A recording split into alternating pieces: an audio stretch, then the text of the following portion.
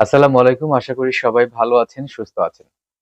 আজকে কথা বলবো এর আগে যারা বিভিন্ন পর্যায়ে নির্বাচন করেছেন, এরকম কিছু প্রার্থী যারা আমাকে হরহামেশাই জিজ্ঞেস করেন, "আমি তো নির্বাচন করেছি।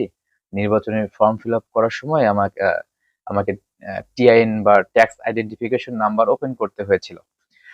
ওই সময় তো করেছি, তারপরে আমি আর কখনো ওটা দেখিও নাই, কোনো রিটার্নও জমা দেইনি। আমাকে রিটার্ন দিতে হবে কিনা?"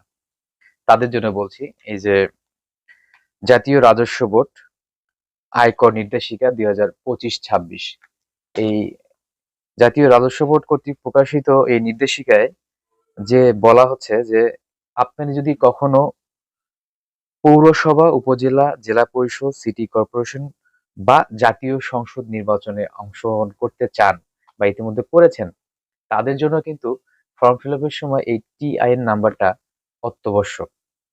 তো যারা ইতিমধ্যে নির্বাচন করে ফেলেছেন, তারা কিন্তু অলরেডি টিন খুলেছেন, কিন্তু আপনি এখন পর্যন্ত রিটার্ন দেননি। তো আপনার জন্য উত্তর হচ্ছে যত দ্রুত সম্ভব আপনাকে রিটার্নটা কিন্তু দাখিল করতে হবে। আপনি যদি রিটার্ন দাখিল না করেন বা হিসাব বিবরণীটা দাখিল না করেন, তাহলে কিন্তু নিকটস্থ আপনার যে সার্কেল অফিস আছে, ট্যাক্সের যে আয়কর অফিস আছে, যেকোনো সময় আপনার নামে কিন্তু নোটিশ জারি করতে পারে এবং জরিমানা সহ হতে পারে এটা।